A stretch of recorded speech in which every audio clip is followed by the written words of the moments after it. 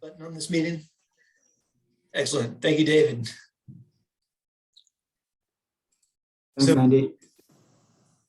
Good afternoon to the CIP Advisory Committee. My name is Andy Bowman, and I'll be covering most of the staff portion of today's presentation.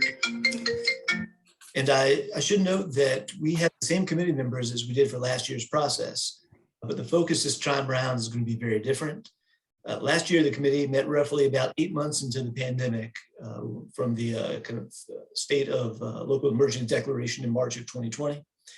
And at that time, there was a heightened amount of uncertainty in both the county's revenues and what the delivery of services would continue to look like as the county navigated the pandemic. So the scope of the committee's review a year ago was much narrower than it would be a regular capital process, as the committee focused on unpausing projects in the middle of last fiscal year, as well as furthering the capital program in the fiscal year 22 budget. There wasn't really a look into fiscal year 23 and beyond, again, just given that high level of uncertainty. This year, the CIP Advisory Committee will take a 5-year look based on priority projects, and I'll speak into that more detail.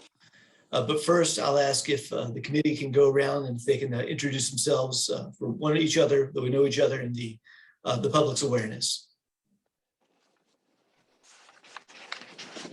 I'll ask if perhaps the school board members could introduce themselves first. I'm Kate Acuff. I represent the Jack Jewett District. I'm Jono Alcaro, and I'm the at-large member. And I'll ask Supervisor Price.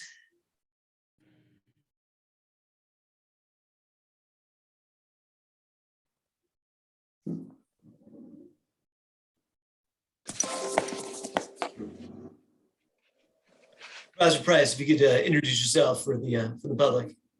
I apologize. I was just forwarding the link to Supervisor Lepisto Kirtley. I'm the Supervisor Donna Price, Scottsville Magisterial District, and I'm a participant in the office building. And our Planning Commissioner representative. I am Karen Farhawk, and I'm representing the Planning Commission as the Vice Chair of the Planning Commission. And finally, our community representative. I'm Cal Morris, community representative. On the staff side, I've introduced myself, and other staff will introduce themselves during the course of the meeting. I will take a moment and introduce and also thank Maya Kumazawa, who is the school's Director of Budget and Planning. Maya and I regularly partner on a number of budget issues that impact the schools and local government. Perhaps there's no better demonstration of that partnership through the capital improvements program that we work on together. So while I'll be doing most of the presenting today, a lot of the inputs and ideas and questions and how do we position the committee to do their best work in the coming weeks is really with that partnership that you brings to help you all provide the best product that you can. Also want to thank Tia Mitchell, who's a senior budget analyst in the Office of Management and Budget. Tia is the lead in a lot of our modeling and the technical analysis that goes into preparing what our long-term financial picture looks like in the capital program. And also, I would like to kind of welcome and introduce and thank Ryan Davidson. He is the Deputy Chief of Budget and the newest member of our team in the Office of Management and Budget. He brings, though he is new, he brings 17 years of local government experience to our county. And he's been here about almost 3 months and has just dived right into things. And finally, I want to thank David Vicente and the Department of Finance and Budget, all of the behind the scenes logistics that happen in this Zoom webinar and all the other things to get the details of the committee set. Is really thanks to David, and it just helps everything run smooth, and we appreciate it. These meetings are in public. They are being recorded. We will be taking action notes, and we'll start future meetings with a review of those action notes. We do have 3 committee meetings planned. The third one is going to be if needed, and we can make a decision at a later time. I'll say we, the committee, can make a decision at a later time about whether that needs to be held or not. That does not need to be decided today. So with that, I'll go to the agenda on the next slide for what we will cover today. And in my approach today in covering this information, I'll say we'll start with kind of opening introductions, which we're already in the middle of. I'm going to then go to the kind of a recap of the advisory committee's charge and process. We'll then share a draft CIP for the committee's consideration. We've reserved as much time as we can for committee discussion, and then we'll come back before 4 o'clock and make sure that we have a good summary of next steps to come. So in overviewing information today, I'm going to take an approach to cover some concepts and projects at a very high level. I expect there will be areas where the committee would like to see more detailed information, and we can certainly bring back any questions that staff doesn't have a quick answer to at the follow-up meeting on Friday, December 3rd. The idea behind this approach in presenting is to allow as much time as we can for committee discussion, rather than for the committee to hear presentation after staff presentation and not allowing that time for all that discussion, and really understanding better where does the committee want to explore further in their discussions. Before we get into the charge of the committee, I'd like to take some moment to share some comments that I did with the Board of Supervisors last week about long-range planning. And I say this because this is the first time in 2 years where we've had a capital meeting where it really has been about long-range planning. Long-range planning is part of the county's adopted financial policies. Again, it was not done last year due to the significant amount of uncertainty in the pandemic and the response related to that. And though still much is unknown, we still need to restart this process because of the value that it can provide. And I want to take a moment to just cover some fundamentals around that. Now, I'm going to say my next comment to someone who has the word budget in my job title. I often have to remind myself that at times long-range planning and annual budgeting are two separate activities. Usually when I'm presenting to the Board of Supervisors, I'm speaking about budget changes that go into effect in a matter of months or even immediately. Today's meeting is more about long-term priorities to set the stage for what will happen in the future. Now, of course, the work of this committee is going to shape near-term results as the recommendations will influence the fiscal year 23 budget and later budgets as the committee meets in future years to revise the plan in the out years. But today is really about the long-range picture with emphasis on the project side. And maybe to kind of hit on this point, in any financial planning process, the most important step before you look at dollars and dates or any details is around setting goals. There's an analogy I like to use with new staff who come to the organization. They'll be working with our office in some way on the budget. And I ask them when starting the budget process to forget a moment about all the complexity of local government and just think if you were to be planning a vacation. When you consider that question, how would you start? Would you think about going somewhere? Is it important to you to go somewhere you've never been? Is it important to you to spend time with your extended family? To go somewhere warm, perhaps to do all three or some other combination? So starting with those questions and kind of this example, which is maybe overly simple, it will ultimately lead to a more enjoyable experience at the end. Questions, if you were to start considering, well, should I drive or should I fly?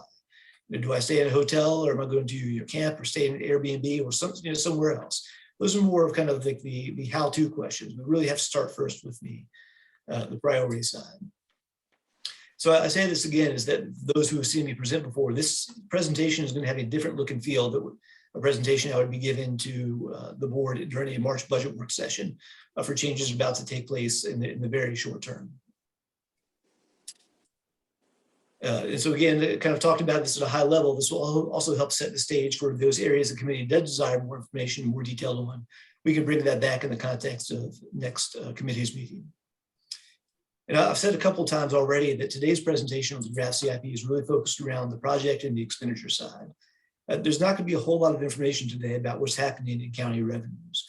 But please be assured that work is taking place. And as staff is continuing to scrub revenue projections, we are monitoring the forthcoming real estate reassessment that will be available for calendar year 22. There's intended to be shared with the Board of Supervisors 15th. We'll be holding long-term revenue strategy discussions with the board also on December 15th. We are watching to await the impacts of what comes out of the federal infrastructure bill that was very recently approved. And as we continue in our staff to monitor the proposal for how American Rescue Plan Act funds would be used in the context of the framework that has been shared with the Board of Supervisors previously. So with all that work is continuing, the real focus today is about those projects and prioritization. So that once those revenues are fully known, that staff can have some guidance to what projects those should be applied to as we work our way down the list in terms of what's important. So with all that introduction said, let's take a look at the charge of the committee. This slide was shared at a joint board meeting in October, and last week I gave a presentation to the Planning Commission, though unfortunately Commissioner Firehawk was unable to be there. Just to highlight this, staff has prepared a starting point for a draft CIP for the committee's consideration. From here, we'll support the committee for the information they need to shape a recommendation on priority project and a report that will go to the county executive and others for consideration in the 23 budget process. Moving on to the next slide, I'm going to hit a few of these quickly because they are things that people have seen before and we're sharing in advance. Today is really not the start of our long-range efforts, it's really the continuing what's already been discussed. All the way back in September, really prior to then, work began with the school board's long-range space planning committee. The school board received an update in September. In October, we had a joint work session with the board of supervisors and the school board. And that is leading into November and December, where we have the work of the CIP Advisory Committee. And also at the same time with the board of supervisors, we've held one last week and we'll have another in December about five-year financial planning. And without going into the details of what that means, is our long-range planning discussions are not only confined to capital. With the operating budget, we're also making assumptions about what the future may hold there in terms of priority setting, and also making sure that our two plans are talking to each other so that we're able to afford tomorrow the decisions we're making today. Probably the best example of operating and capital informing and talking to each other is we consider the impacts of operating. So when we build and construct a facility now, when that time comes to open and operate that, we're able to afford to do so.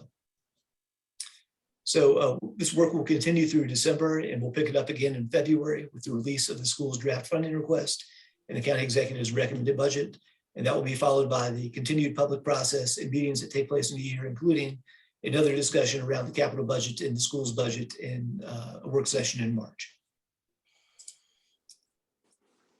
So moving next into kind of past the charge in the schedule, I've got one more topic before we get to the draft CIP that I'm going to talk through in a few slides.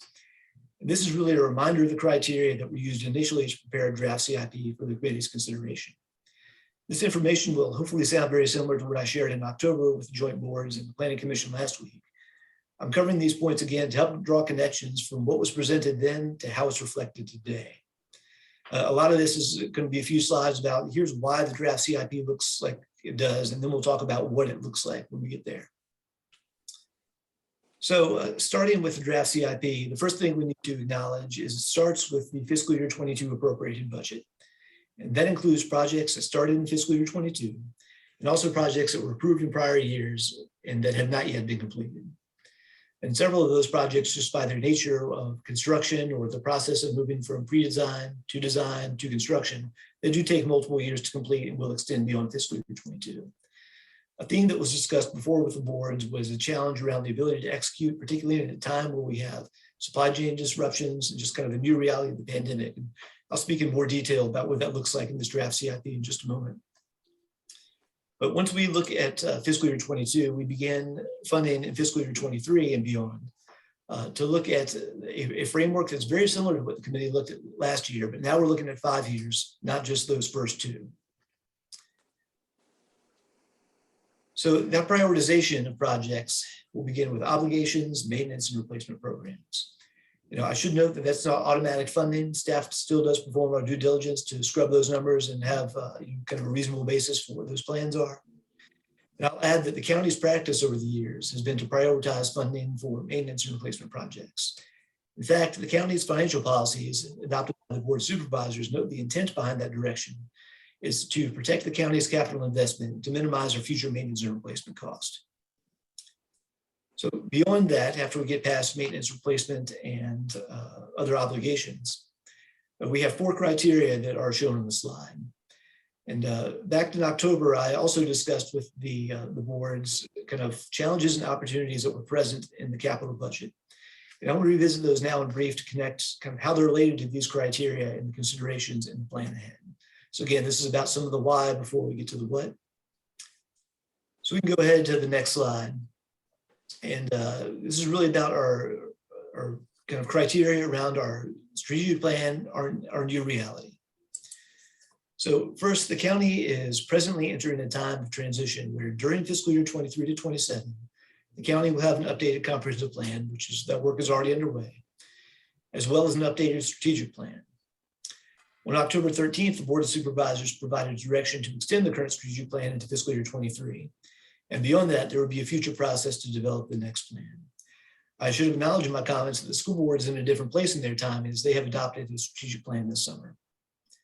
So this transitionary period impacts staff's thinking about what the CIP may look like in 2 ways, which I bolded on the right-hand part of the slide. So first, the intent is not to develop a CIP where the county's financial and operational capacity is fully committed prior to having an updated strategic plan in the out years. There are community needs that are out there and can and should be planned for, but we have to balance that with some unknown future, knowing that the out years of the CIP can be planned. We can plan for that financial capacity and what we'll take when we get there. But at this time in fiscal year 23, as just we're beginning to restart our long range planning process, there's not an urgency to program that funding at this time, in the same way there would be for fiscal year 23. So this approach is also to recognize that there are community conversations that are ongoing right now. One example, in October, the Board of Supervisors received an update on the regional jail facility assessment. That's not a project at this point, given the coordination with the state, the coordination with the other partners who govern the regional jail, to really have a project to date, but knowing that as time goes on, something will be better defined. And so one of the things we've done is we've kept a placeholder, not for any particular project, but we could certainly list examples of things that could be applied to. But the question that may be in the committee's mind, and I shared this with the board back in October, is that at what point do we really begin to plan that? And historically, for those who've been with the county for some time, we've been in a process where the CIP was sort of an every other year process, where 1 year there would be sort of a full look at the 5 years. The following year would be intended to be more kind of minor refinements and amendments. What is staff is proposing, and for the fiscal year 24 to 28 process that would take place a year from now, is to follow this update of a 5-year review with another 5-year review as we continue to learn more, which are about our new reality in the ongoing pandemic. So the next slide was really about this around this theme of ability to execute. And I said that today we'd have a different look and feel of the typical presentation. And here we are. It took me 8 slides before I showed a single dollar with a figure on it, or sorry, a single slide with a dollar figure on it. This is the first one we have. So the county is currently implementing a program in the capital budget totaling $151 million for 66 projects. As I said before, several of those projects would extend beyond fiscal year 22. And it's not just those projects that were approved in fiscal year 22. It's those that have been appropriated and approved in prior fiscal years that are continuing to work their way through the implementation process. Without any additional context, $151 million is not a very meaningful number by itself. So a couple of figures to help with that is that first, $91 million of that 151 has been appropriated in the last 11 months. Between the work of this committee last year, we unpaused approximately $34 million in projects in January. And then the remainder of that amount was appropriated in the fiscal year 22 budget that went into effect on July 1st. So much of that funding of that 151, of that, say the 91 of the 151 is relatively recent, beginning to work its way through our process. I'll say as well as that 151 in total is always in some different set of project stage. Some of that would be in pre-design, some of that would be in design, and others are in construction. And so part of this affects our thinking is that knowing these projects will extend into fiscal year 22 and beyond, as we think about what fiscal year 23 project looks like with start dates, is we have to overlay that current impact in terms of what it takes for the ability to execute for future projects.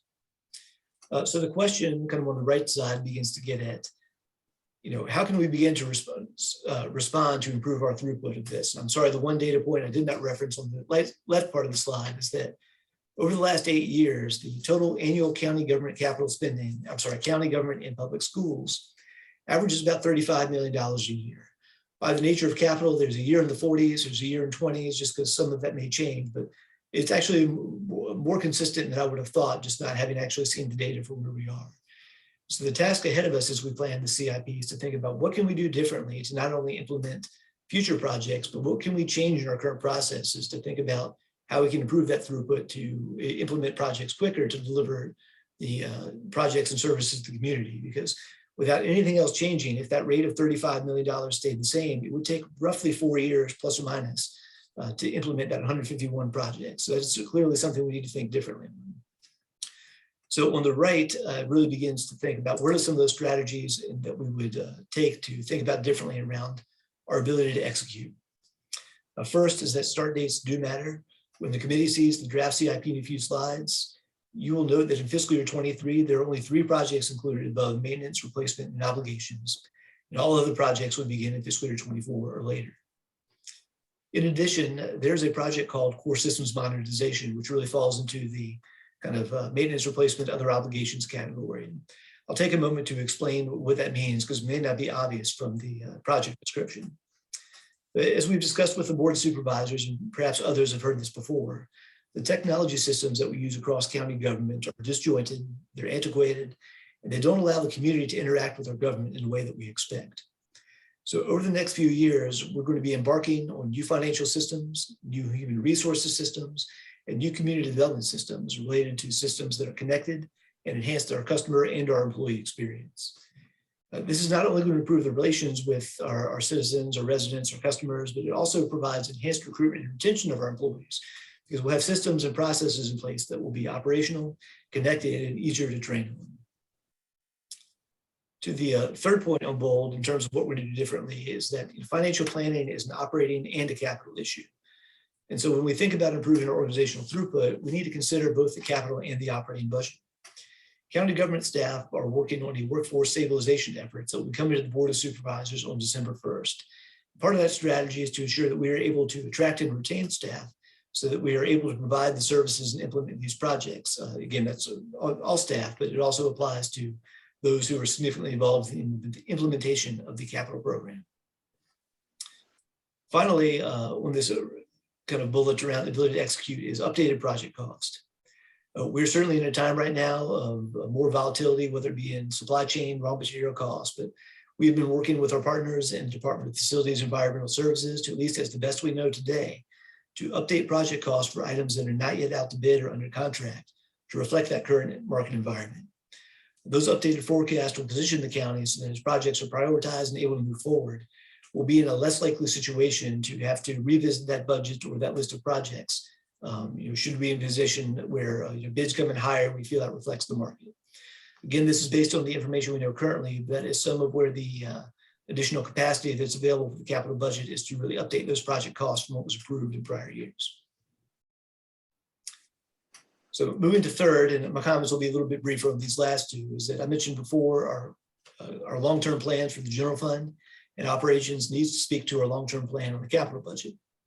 So we've incorporated operating impacts for county government projects for examples like the current phase of Biscuit Run Park, the Southern Convenience Center, and the completion of the Quartz project, which are actually current projects taking place in fiscal year 22. These were modeled in some information the Board of Supervisors saw last week on operating long-range projections. And the school division has also worked to identify the operating impacts of their projects as well. So that as we begin to consider what gets added to the list, it's not just an exercise in the capital budget, but looking at both our affordability and ability to execute in the operating budget as well. And finally, I'll take a moment to talk about the equity statement for projects. The county's newest organizational value for county government is community, meaning that we expect diversity, equity, and inclusion to be integrated into the way we live our mission.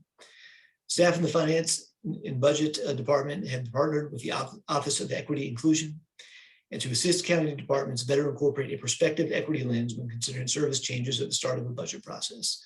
Really, with the capital budget process is really the first dive into this with departments, but as we begin to look at the impact of other service changes in the operating budget, we'll consider that as well.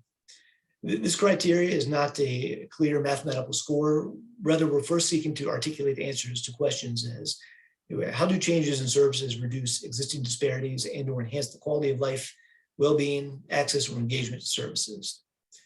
When we look at projects and services, are there particular groups who are more impacted by those programs? And those impacts may be positive or negative. And if there are negative impacts, are there things the county could do through that project to offset the impacts of that as it's implemented? The matrix provided for county government projects provided earlier as a pre-meeting reference material included those equity statements as a starting point for consideration. So at this point, before we get into the draft CIP, I do want to take time to break this presentation up. And just for some initial questions or comments that may be on committee members' minds, as we've gone through the process, the chart, the schedule, those initial criteria, I'll just kind of pause for any kind of clarifying questions and comments. Given that we're in a virtual environment, I'll ask that we use a round robin format with each committee member. They have a moment for their own questions and comments, and we can go through the order. And if needed, we'll go through the order again as much as we need to make sure everyone has a chance to fully participate. I expect that many of these initial questions will be at first for staff, But I certainly, as time goes on, I'm hopeful that the committee will engage with each other in your deliberations as this meeting continues. My intent will be to facilitate that discussion, and as we need to, provide additional information as needed to support the committee in their charge. So with that, I'll start with some introductory comments, and people have kind of shuffled around on my screen. I'll just ask perhaps for the Board of Supervisors members to go first, followed by school board members, followed by our Planning Commission representative, and finally our community representative. But if the committee desires otherwise, I'll be happy to accommodate. Looking at my screen as well, it doesn't look like Supervisor Lepisto Kirtley has been able to join us yet. No, she has. She did join a little bit ago. Oh, I see that now. Sorry. Yeah, thank you. Mr. Bowman, I'll just go ahead and go first. This is Price. I have no questions right now. I thank you for laying out a very clear schedule process scheme for approaching this, and look forward to getting more into the details. Thank you.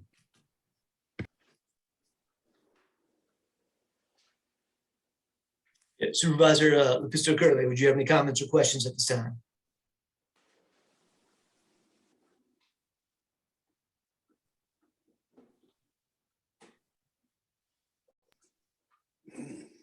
Perhaps if she's still getting connected, we can come back to her at the end of the order.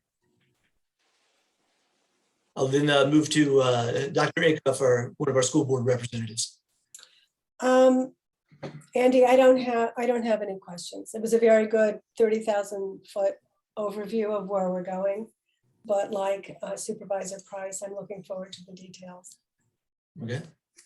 Mr. Alcaro.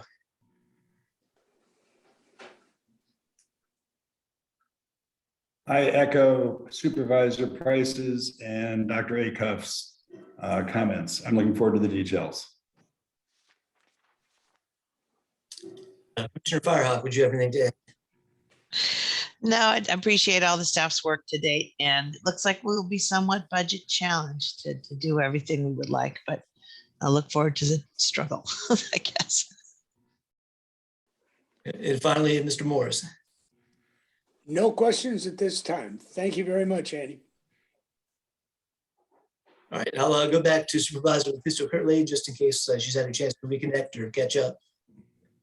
I apologize if I'm putting her on the spot having missed the first part of this presentation. And Mr. Bowman, I did text her to let her know *9 to speak if she's on her phone. I wasn't sure if she was connecting through her phone or laptop. Okay, we'll keep moving along, and we can always, this will, again, just the first break for discussion. I expect our next break will generate some more conversation. So now we've got the high level details, the why, to get into a draft CIP for the committee's consideration. So to help guide the discussion after we review this draft CIP, I provided 3 questions now for the committee to consider. First, we'll be happy to clarify any content as needed. If there are details about particular projects, we can plan to bring those back at the second meeting so that we're not spending this initial meeting around details around cost per square foot or detailed project schedules or any of those things. The next 2 questions are related, really not getting the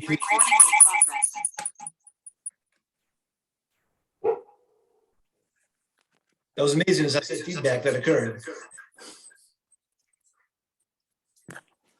I see Supervisor Lepisto Kirtley is off of mute. Would you have anything to contribute at this time?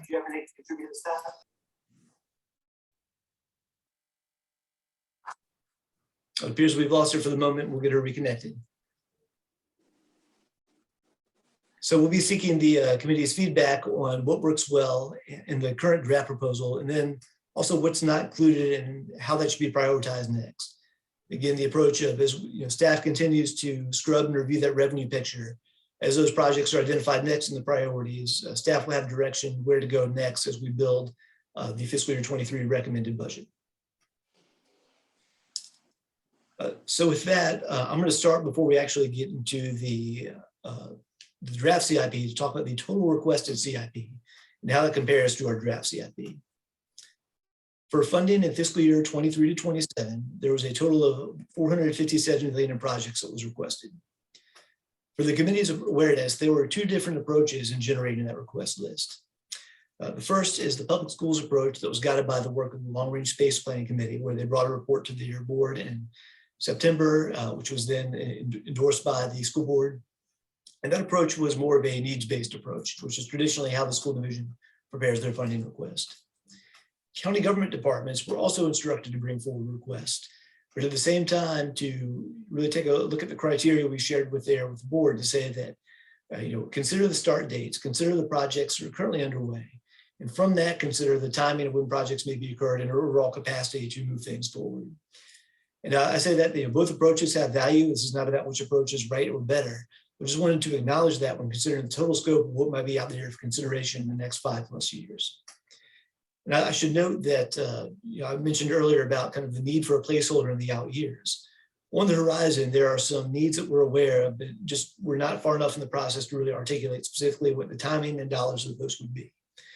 I've listed some examples involving several regional partners, including the Albemarle Charlottesville Regional Jail, the Emergency Communication Center, Jefferson Madison Regional Library, also working with volunteer fire company at North Garden, and just other county government requests that may materialize again in the future. And so because those requests are currently being assessed by those agencies and with the other partners who govern those entities, it's too early to plan for anything uncertain. So part of this is a strategy of leaving some capacity in the out years so that as those needs are determined, whether it be timing with the state, timing with other partners, wherever that may be, we have that flexibility to begin to address some of that. Again, this is one of the kind of the what for when we left some capacity in the out years. So as can be the case in financial planning, the projects could be justified, exceed projected revenues to fund them, as Commissioner Firehawk alluded to in her comments. So at least as best we know them, staff has made a first attempt to draft the CIP as a starting point for the committee's consideration using those criteria covered a few minutes ago. So I'll now talk through about what's included in that draft CIP. This is a kind of descending from that 30,000 foot level to not quite the details, but we're getting there. Between the fiscal year 22 budget appropriated for current and prior projects and the draft fiscal year 23 to 27, this will be a total program of approximately $418 million. There are three components to what make up that amount shown in the pyramid. And I'm going to start with the bottom of the pyramid in green, which is the largest piece.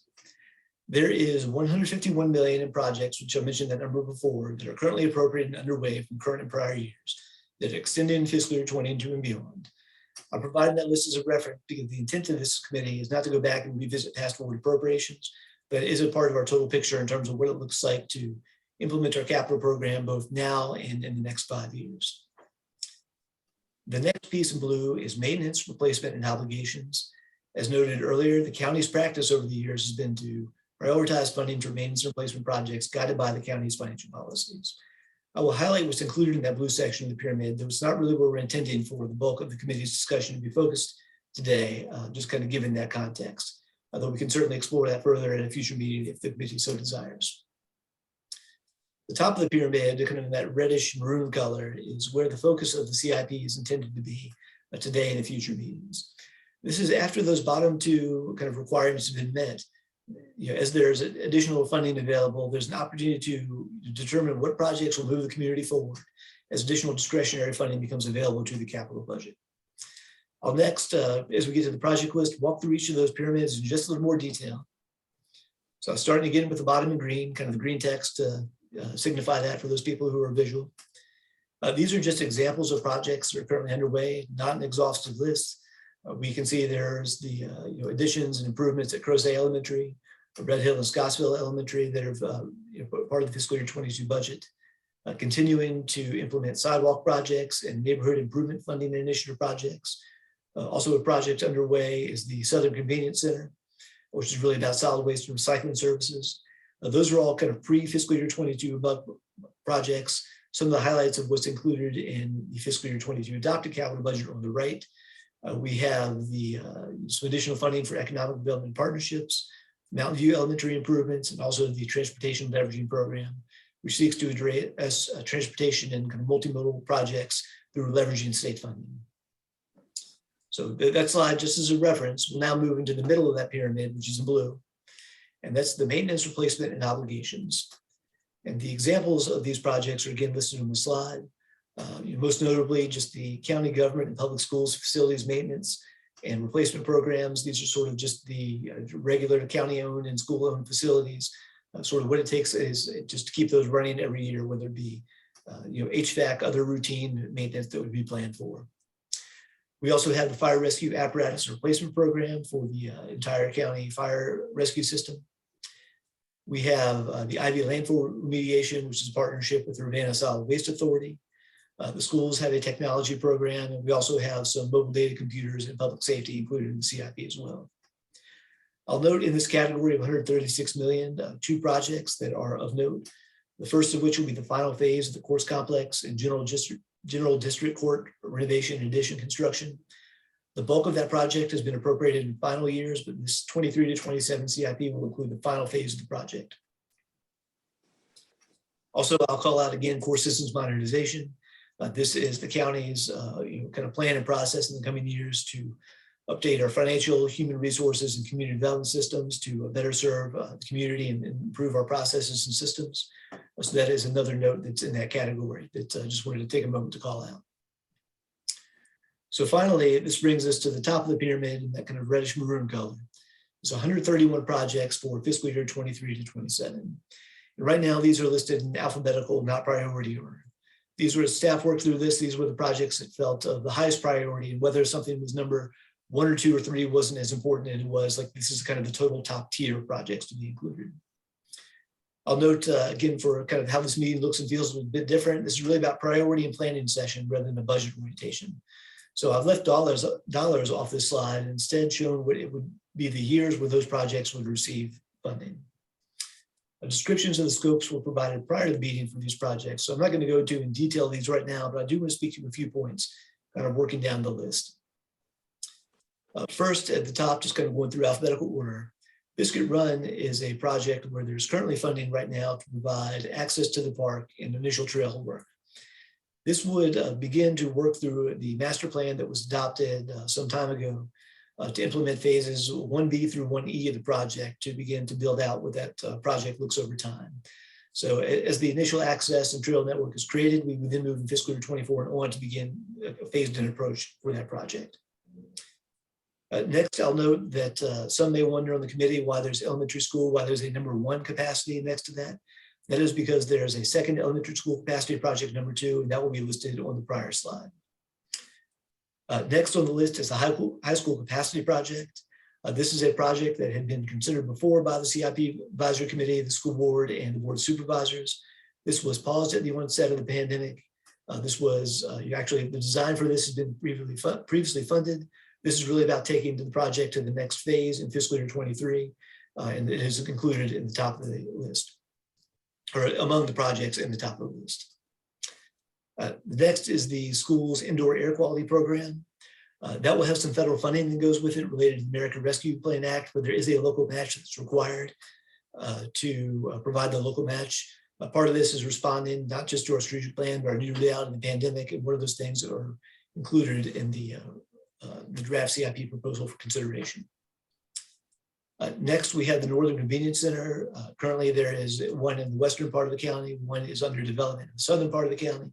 This would add one in the northern part of the county in alignment with our prior board of supervisors discussions. Next, we've included what I've alluded to a couple times, call a placeholder for future strategic plan and comprehensive plan updates. We've included kind of through fiscal year 24 to 27. And I'll say that without getting the dollars, fiscal year 26 and 27 is where most of the dollars for that would be, really to have that out year flexibility in place that we feel is prudent to do. So that is how that shows up in the process with the, again, we would revisit that in fiscal year 24 to 28. I'll note, I mentioned earlier about the timing of future projects being a consideration. And this chart does show that is for county government. The only project above maintenance replacement and obligations is the street sweeper purchase in fiscal year 23. This would be to support the county's growing public works function, serving primarily development areas. And this would also bring with it some operating impacts that would be considered as part of the general fund operating budget. And finally, this plan would continue to support the transportation leveraging program, which can be used to leverage state funding. There's currently funding appropriated in that program, and funding would then begin again in fiscal year 24, working out through fiscal year 27. So I'm sure we'll come back to this slide a few times as we work through the committee's questions and discussion, but I want to talk about from that project list of what is not included in the draft CIP. Now I've kind of listed these first on the left, just in alphabetical order for county government. On the right for the public schools request, this is listed in the priority order put forth by the school board. And so this is really the last slide in this one is leading to the details and the discussion and the work ahead for the committee. I'll say that the exclusion of these projects is not driven by the merit of these requests when you consider them in isolation, but rather when we look at the collective criteria relative to other projects and what might be possible in a draft program for 23 to 27. So as we think about it's kind of to guide our staff work when this committee's work is done, one of the helpful kind of guideposts for us would be is that if the committee were to be comfortable with the previous slide in terms of what's included or some modification of it, as we begin to think as revenue becomes available, whether it be through new revenue direction from the Board of Supervisors or additional federal funding, whatever it may be, if we have those guideposts, we'll know where to apply that funding as it becomes available when we focus on what the priorities of the committee are. So with that overview, we'll kind of move to these questions to guide the committee's discussion, whether it be clarifying questions, kind of reactions to what the plan does do well, recognizing what the draft CIP does not address. Obviously, it does not address everything that's needed.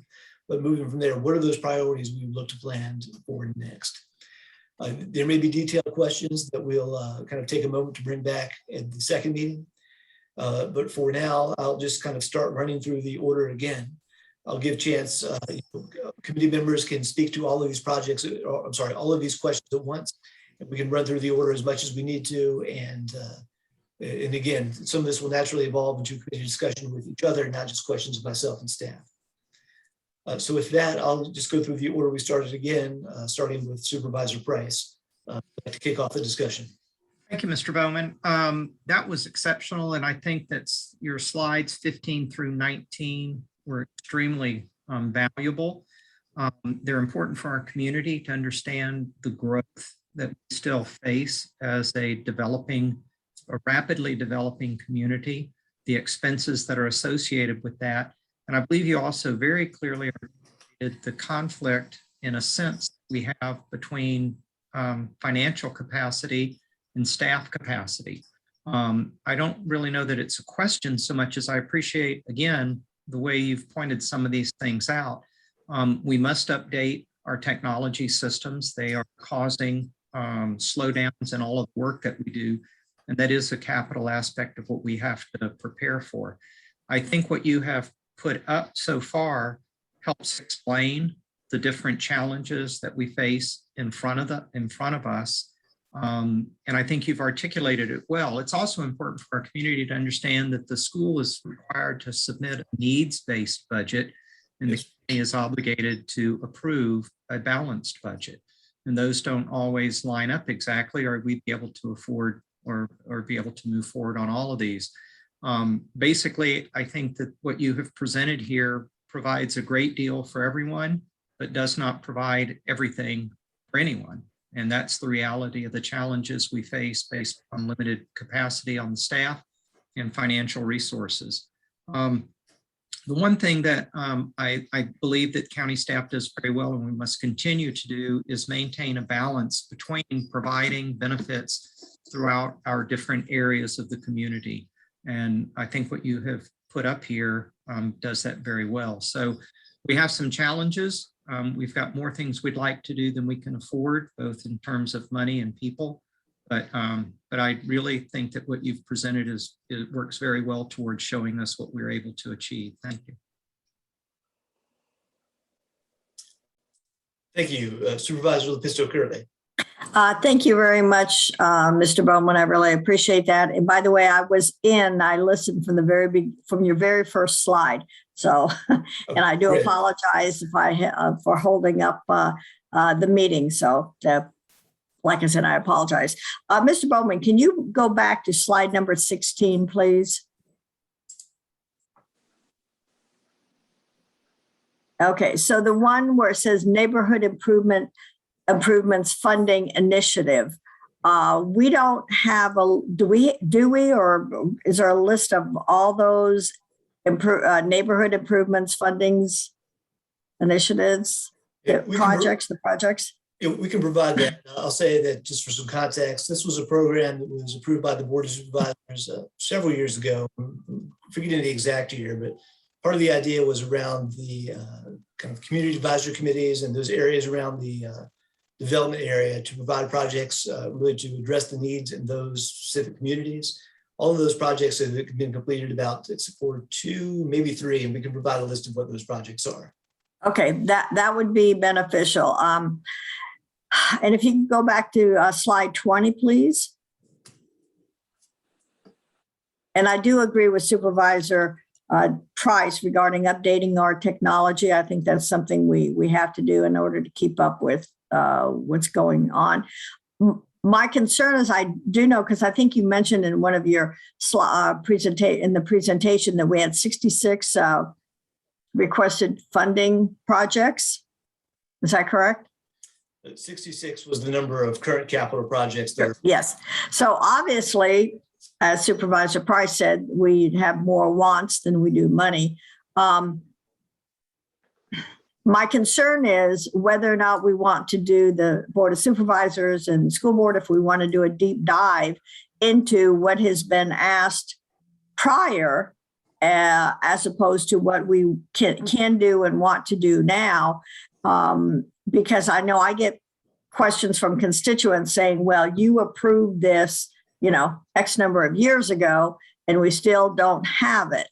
So I think it's worth it to be transparent and clear to the communities that just because we said we would do something or a board said they would do something, 5-10 years ago, hasn't been funded, it may or may not still be on the list. So that would be more of a deep dive. Whether or not we want to do that, I don't know. But I would certainly like to know. I would certainly like to be able to tell people, yes, we did a board or previous board consider that. We didn't have the monies to do it. And there are other priorities that take precedent. That's going to be an interesting dilemma we're going to be in, but I think it's important to know. And maybe there are things that have happened in the past that we do want to fund, and maybe there are some things we don't want to fund. But I do believe that's probably that's the purpose of the CIP committee, correct? Yeah, I would ask on that question if it would be helpful. We can provide as a follow-up the current projects underway, the $66 million, or I'm sorry, I get my numbers and dollars mixed up. Yeah. 66 projects and 151 million. Like, what is included in that? We can provide it as a follow-up. I see Nelsie. I'm not sure if you wanted to chime in with a comment. Yeah. Hi, everybody. Nelsie Birch, CFO. I just wanted to make sure that we clarified that that the 66 projects that you referenced have been approved and appropriated, Okay. and they are in motion. So some of Got it. them might be in construction. Some of them might be in pre-design. Most of them likely have a contract. But we'll, as Andy mentioned, we'll clarify some of those projects so you can make sure that you see what has been approved historically for that reference point. I just wanted to make sure. Thanks, Andy. Thanks, B.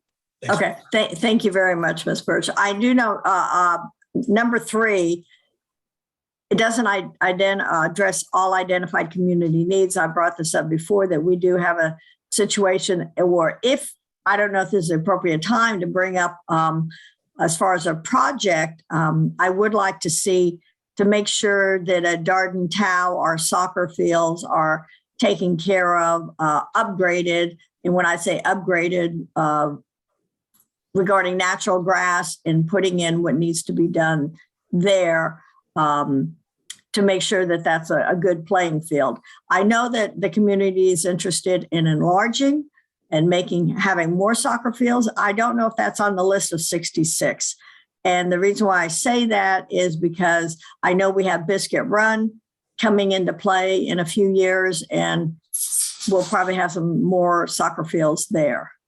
So I guess when you say what are the project priorities of the committee, I would just like to put that in. And if I don't even know, and I think Mr. Henry has his hand up, he could probably answer that, but I'm trying to see whether or not the fields do need making sure that they're good for playing, if they do need upgrading. of the natural grass. Thank you. I'll ask Assistant County Executive Trevor Henry to speak to that question. Thanks, Andy. Thanks, supervisors, committee members. Trevor Henry, Assistant County Executive. I'm going to give basically an update and maybe a clarification. B, I want to make sure I understand the question, and I'll try my best to answer it. There was a project that was previously approved in our CIP that was an upgrade of the grass fields to turf fields. And backing up, just a reminder, Dardentow is a jointly owned park with the city. County is the majority, shareholder, if you will. City has about a 32% stake in that, but it is managed by the county, but jointly owned. There are currently five grass multi-use fields there. There are 3 softball fields and a cricket pitch.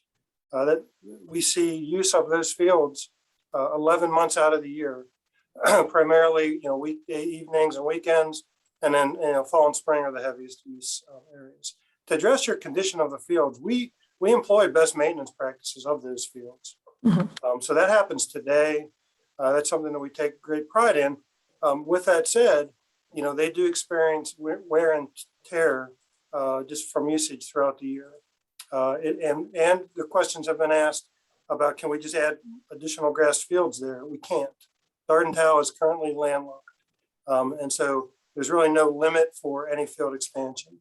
Several years ago, and I apologize if this is too much depth, but I want to make sure that there's history understood by the committee. In 2015, Parks first submitted a project in the CIP to convert up to 4 fields to turf, artificial turf, and to include a lighting package to maximize use.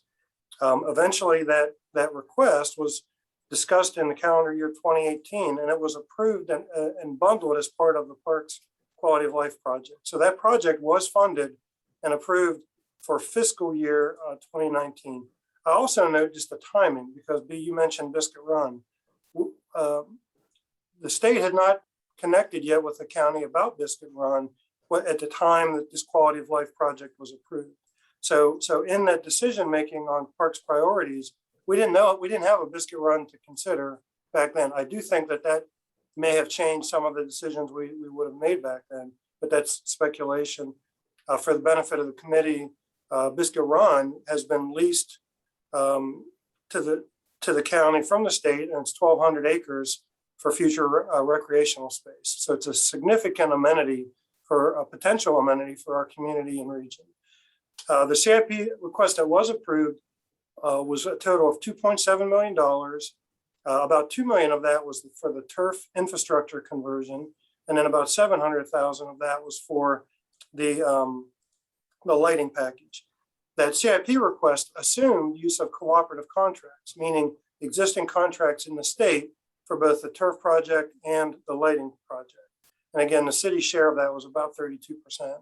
Staff initiated that project in 2019 in the summer, once the funding hit. We connected with those cooperative points of contact for the state, and we did work at the staff level, speccing it out, looking at options, and that was through the fall.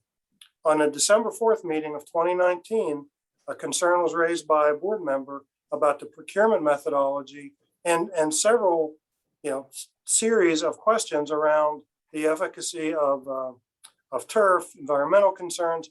And so we had really an impromptu discussion that lasted for, I'd say, over an hour with the board and staff at that December 4th, 2019 meeting. There's some significance to the dates, which is why I'm highlighting it. Staff left that meeting with an action, with direction from the board, a majority of the board, to return, with a plan in January or February that would then conduct basically an assessment of procurement, of the environmental concerns, scope, et cetera. And so we did that. And we hired a firm, Kimley Horn Associates, and we really worked through the first quarter of 2020. As that study and assessment was being finalized, the pandemic hit. We were in the process of scheduling a follow-up work session with the board. Pandemic hit. Majority of capital projects were paused or deferred. We all know what we dealt through that that last part of the year. That was the 366 methodology of budget process. Andy referenced, a January appropriation from this year of $91 million of projects. We staff working with the boards brought back through a shortened process, a CIP program, of which the turf project at Dardentown was included, but it was ranked nearly at the bottom of all that came back, and therefore was no longer funded. And so at that time, the turf project was not a funded project, is not a funded project, and it's back in the kind of the queue of all the other unfunded projects that have been requested or formally requested through this process. Fast forward to now, Parks put in a series of projects. Their number one priority was Biscuit Run. And primarily, it was because of what we learned through the pandemic, the value and importance of green space, trails, access for our public was tremendous during the pandemic, for health and wellness, for mental, physical fitness, for well-being. So really the pandemic has informed the priorities of Parks. They put in the request, which is, I believe, almost $8.5 million over 4 years. And it's to take the next phase of the project. We're getting access to the park now, should be in construction in mid-2022. This next request would take it to that next phase, which would extend trails, would include a maintenance facility, and it would include 4 natural grass fields, multi-purpose fields. And that's really where Parks is putting the energy and the priority of all of their work in order to get access to this 1,200 acre amenity, and to also meet the needs of the community for playfields. Those playfields are a couple years out. I believe the master plan would allow up to about 8 fields over a period of time. In this request, though, is 4 fields. So that's where we stand. I would say to the board members, the board of supervisors members on the committee, if you want to have a discussion about Dardentown, it probably would be better to be requested through the BOS to come back with staff to have that as a work session about about that potential project at Dardentown, because there certainly was not a unanimous approval of what that project looked like. So staff really is prioritizing Biscuit Run. If there should be a discussion around turf fields, I would recommend that occur at the board level, and that we also would want to bring back the engineer who's no longer on contract, but I'm sure that we can make that happen. Right. Thank you very much for Mr. Henry for a totally comprehensive, excellent explanation of everything. I really appreciate that. And I'm satisfied if the turf fields over at Dardentown are well maintained. Then for right now, I'm good. I was hearing about potholes and everything. I don't know if that's true. But I do believe that if the fields are well maintained by Parks and Rec, I'm happy about that. Thank you. Raising my hand again, thanks. I will ask Mr. Krickenberger, who I think is an attendee, but not a panelist, as part of information gathering that will come out of this session, to provide information to Mr. Bowman that he can provide to the committee around what we do to maintain our fields. And again, these fields do see 11 months of use. If you have a heavy rain season or a period of drought, that it is natural grass, so you will have issues. So we do the best that we can. We maintain the best standards that we can, but acknowledge that the fields do get 11 out of 12 months of use typically. Thank you very much. Yeah. No further questions. Next, we'll move then to our school board representatives with Dr. Acuff. Thank you. Mr. Bowman, can you go back to number 18, slide number 18?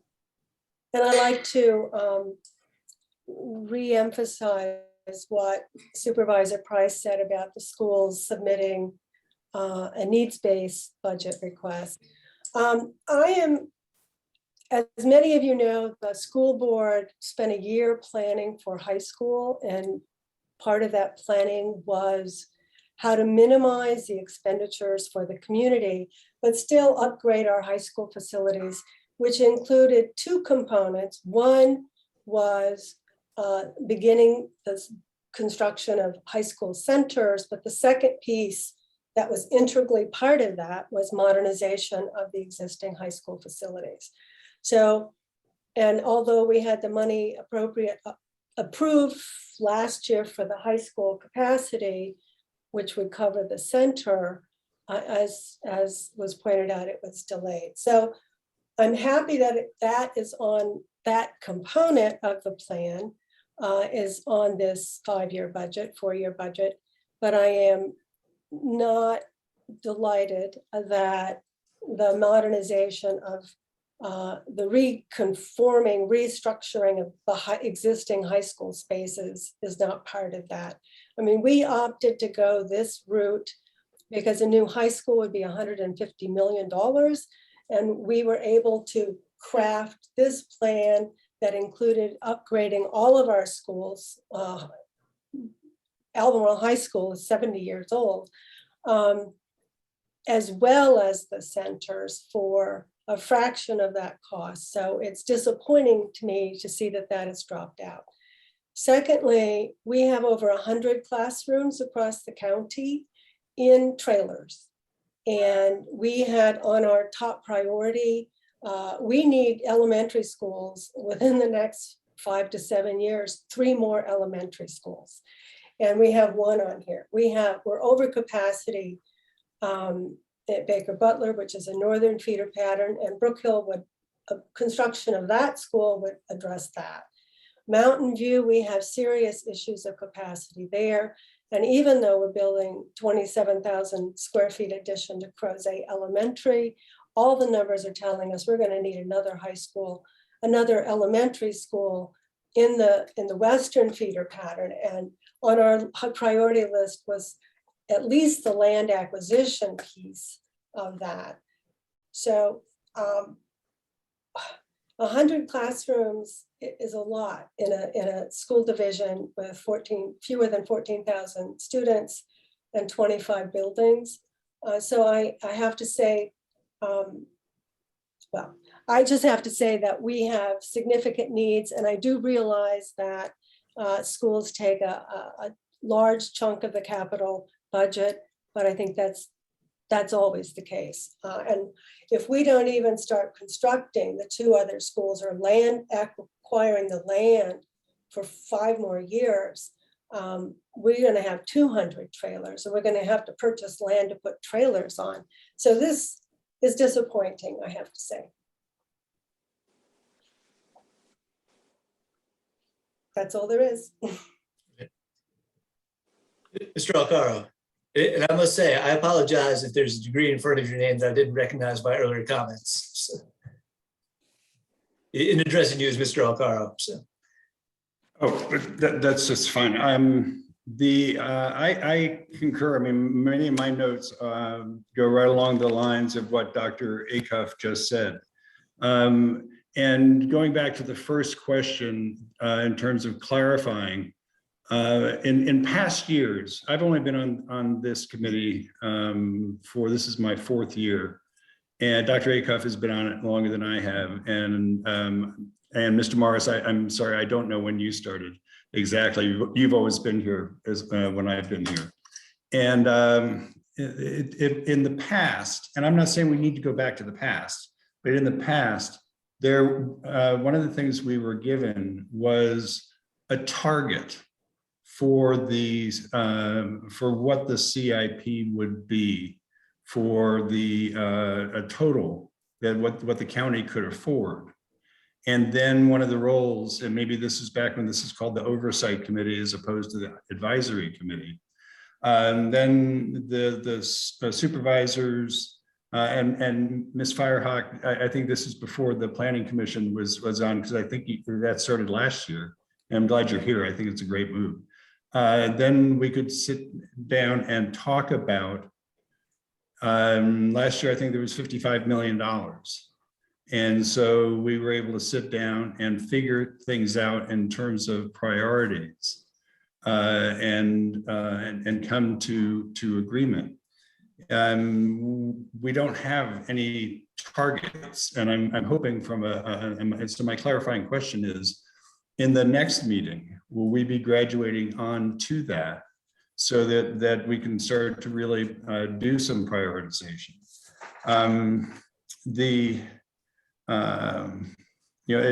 Dr. Acuff's point, one of the reasons that we need the renovations, and the renovations was the largest part of the request that the school division was requesting for the next 5 years.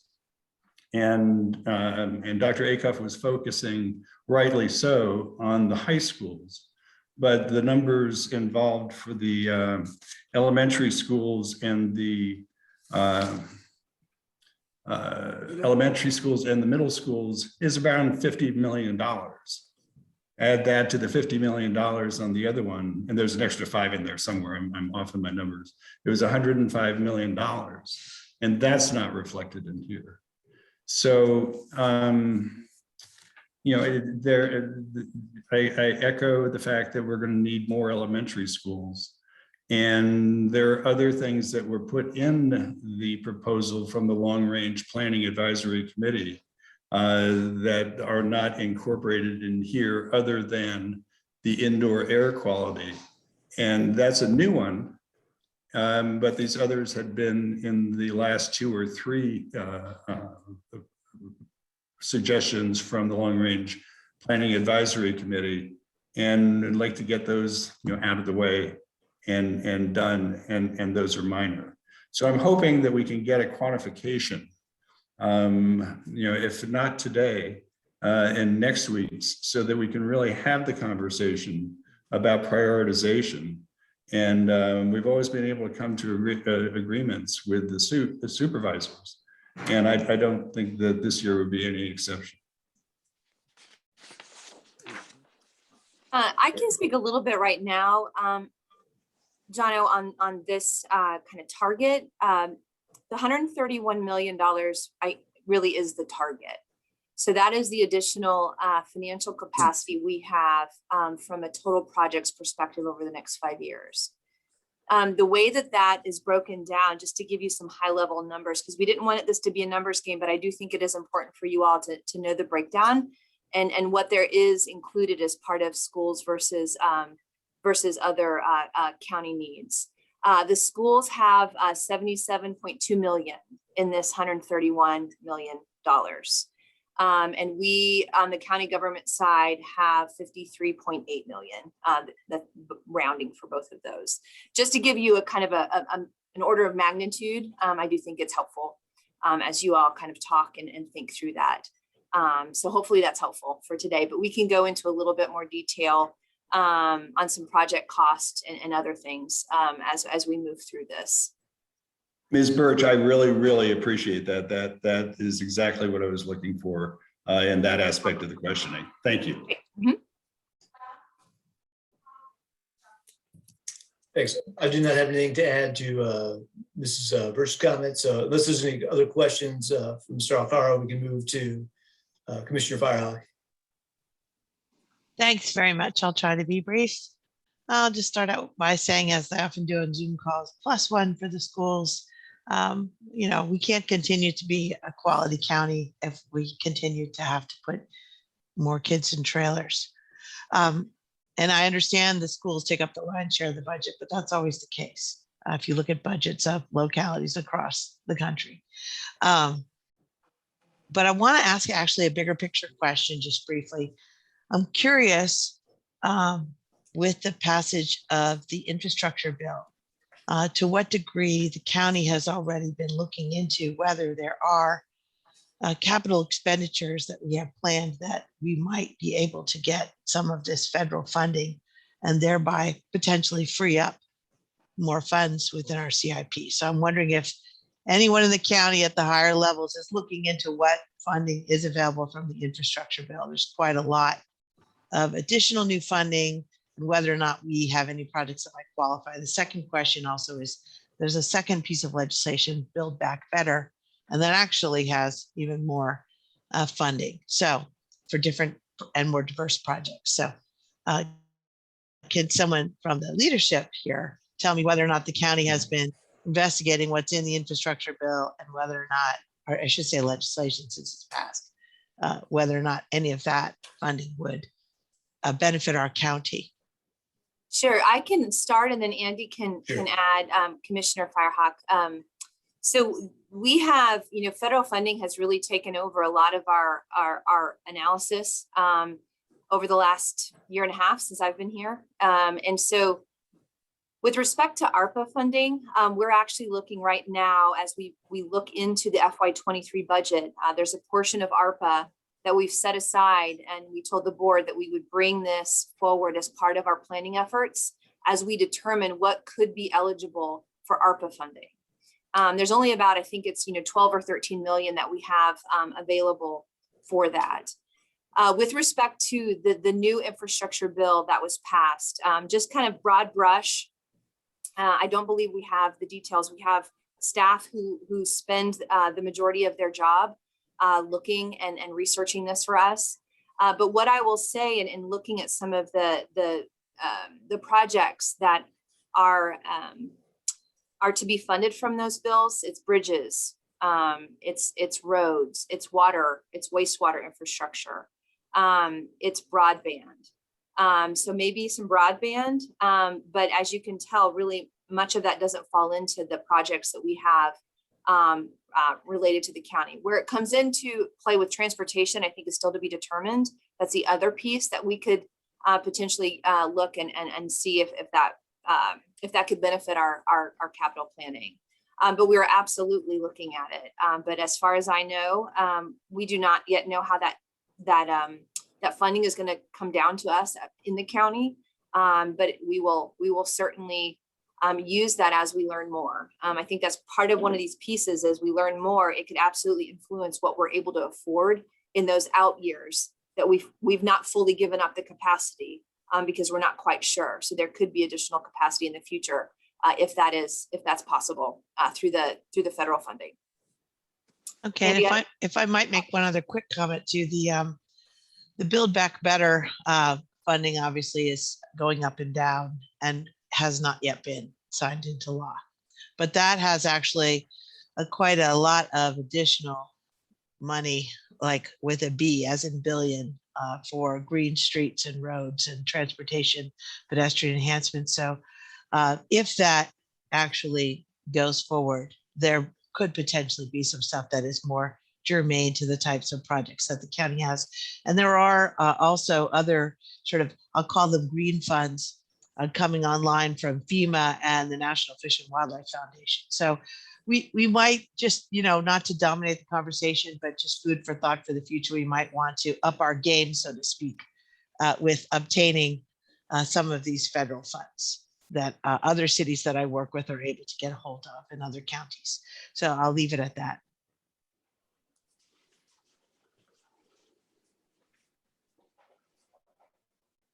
Sure. I would welcome a conversation, Commissioner Firehawk, if you've got examples where you think we're not exploring things like our counterparts. I would love to know that so that we could figure out what we may not be connecting from a service or a project perspective to some of the federal funding.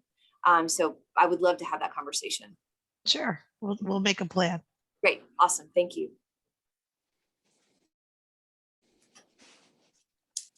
All right, we will now go to Mr. Morris.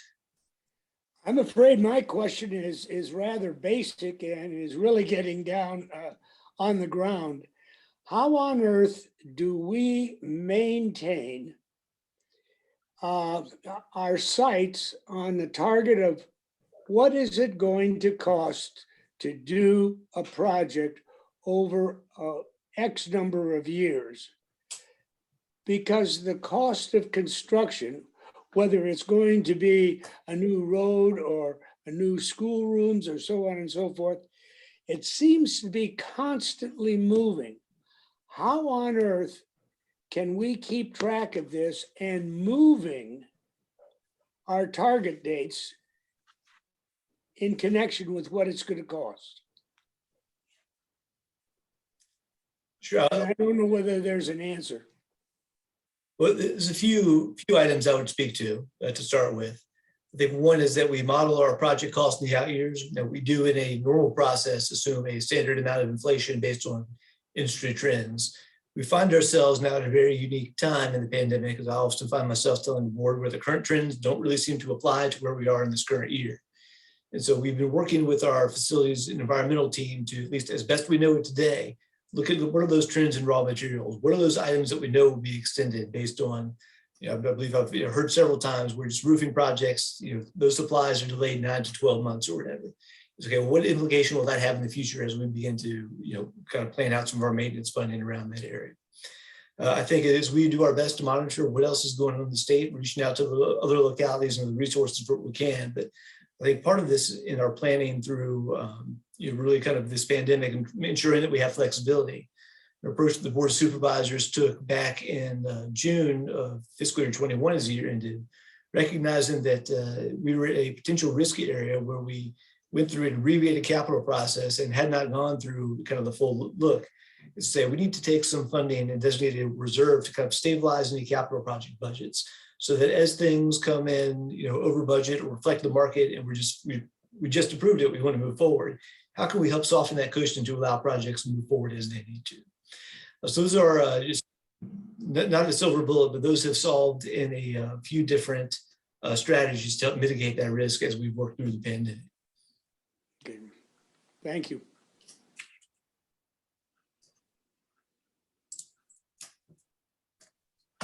Any other questions or comments at this time?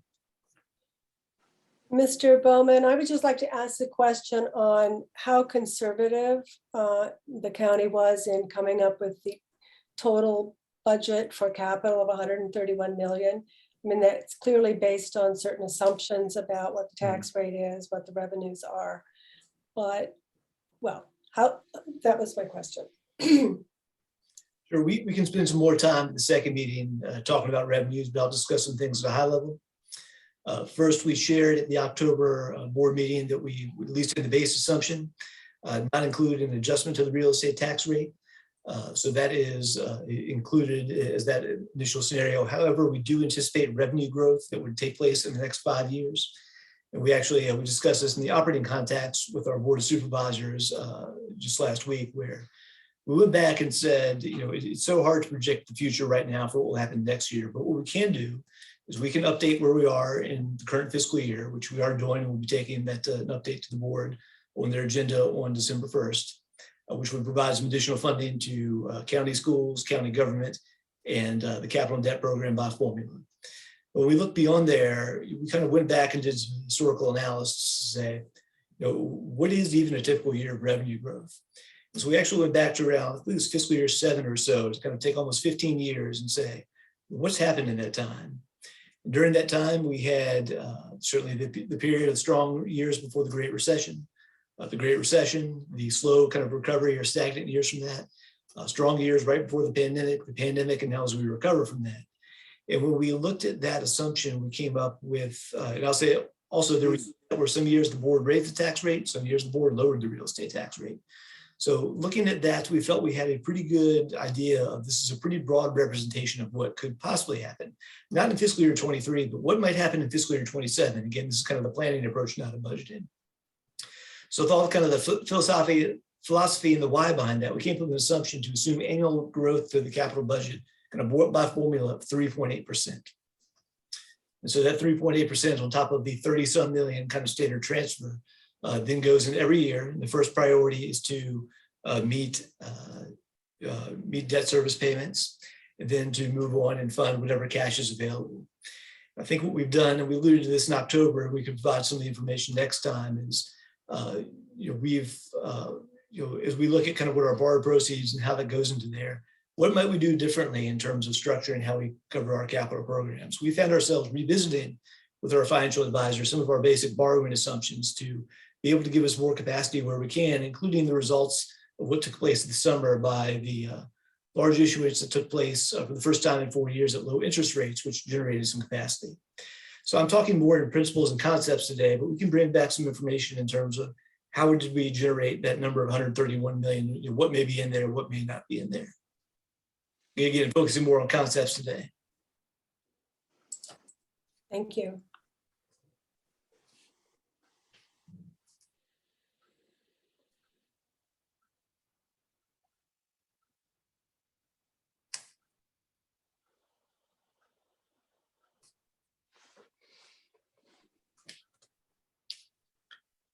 So at this point, we've run through the order once already. Any other committee members' discussion? Has this prompted any questions or other thoughts or additional information that someone may be requesting that we can bring back at the second meeting?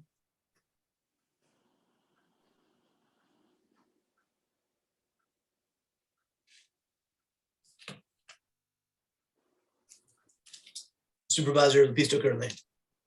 Yes, going back to one of the other slides, I know there were a lot of check marks for the indoor air quality. Is that a direct, I'm thinking that that's a direct result of the pandemic, and that's why that is there. Is that correct? Because that certainly wasn't there before, 2 years Yeah, ago. there certainly is a connection to that. Ms. Kumazawa, would you like to speak to that project further? And before I go, I'm just thinking that if the pandemic, if we get a certain number of people vaccinated, everything like that, and the numbers go down, then it may not go until 26, 27. Is that a correct assumption or not? You're right that the project came up as a result of the pandemic, but the improvements that are being recommended in the HVA systems at the schools should be recommended otherwise. We have flu will always be ongoing.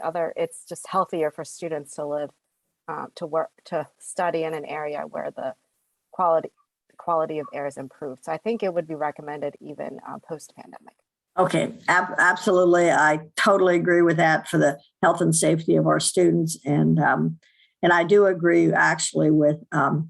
Acuff and Mr. Alcaro that the schools are going to have to be one of our priorities.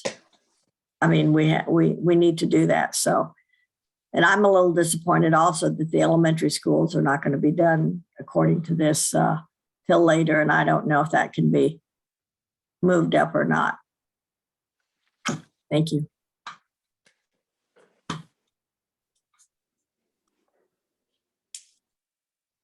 Well, seeing no other questions or hands up, I'll kind of recap the follow-ups that I've heard, the information that we would bring back at a second meeting. Certainly some kind of questions that came from Supervisor Lepisto-Curley in terms of what's currently included and what has been funded historically related to the NIFI or Neighborhood Improvements Funding Initiative projects, as well as the current list of the 66 projects for 151 million to give the perspective on what's included in that. Currently, already appropriated, approved by the Board of Supervisors, now working its way through the implementation phase. The other major follow-up I heard for the next meeting is came from Mr. Alcaro and Dr. Acuff's comments around that question of affordability and revenue assumptions in determining how do we get to 131 million projects in the top of the pyramid. What may come from that. And we can certainly spend time talking about kind of the key assumptions that went in to generate that scenario. So with that, we are running ahead of schedule. I'll kind of go to the final slide. We can advance to that. Really kind of what will happen at the December 3rd meeting. We'll approve just kind of our action level minutes from the first meeting, which would be relatively brief if staff have been taking notes. We'll review the follow-up information for what I've covered today. I'll certainly say that staff is available if there is more information on the project in the meantime, or someone has a question that didn't pop into their mind in this window, please reach out to us. At that meeting, the committee can decide to finalize a recommendation or decide to hold a December 10th meeting if needed. And certainly at the end of our process, whether that becomes meeting number 2 or meeting number 3, we'd like to take time and kind of debrief with the committee how we can continue to make this process better every year, just as part of our regular kind of feedback. Now, I would add just kind of one thing as we head into the second meeting. There's been a little bit of discussion. If we could go back to the that not included in the draft CIP slide 19. We certainly heard from today some comments from individual committee members in terms of projects that they were hoping to see included and not. I think as we get to meeting in 2 or number 3, it doesn't need to happen today. I won't put anyone on the spot, but it would be helpful direction for staff if we were to say, as things improve or we learn from the Build Back Better or the infrastructure bill or wherever that may be, what may be that area that we want to go to next outside of that tier 1 so that we can position ourselves to move forward, if and when that time comes, or even projects 2 or 3 out there. Today was a lot of information covered at a higher level, and so it was certainly not my intent that we would have clear direction of what those would be.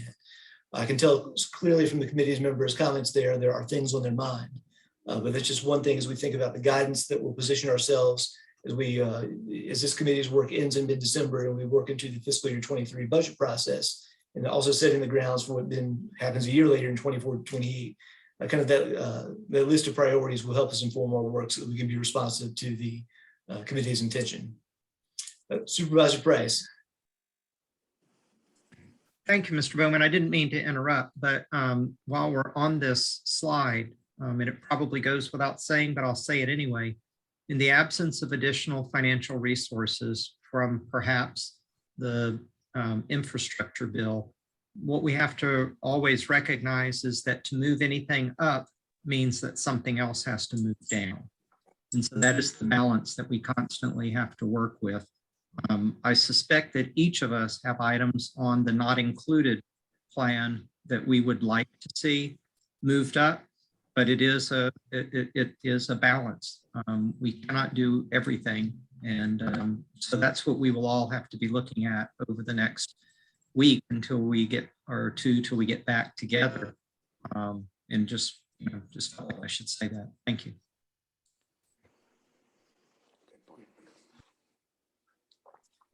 Thank you. With that said, if we could just jump back to the last slide.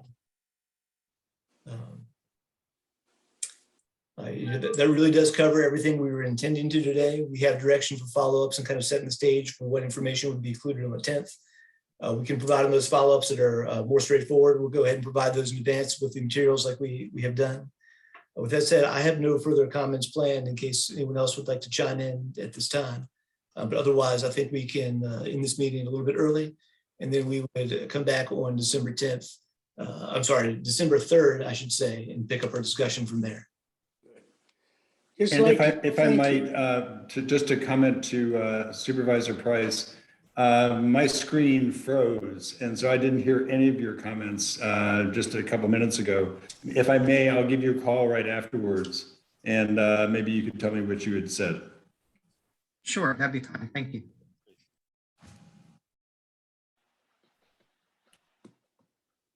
Okay, with that said, happy Thanksgiving to all. I appreciate the committee's time and interest covering a lot of information today, getting at a higher level and getting a little deeper and deeper. And we will see you all again on December 3rd.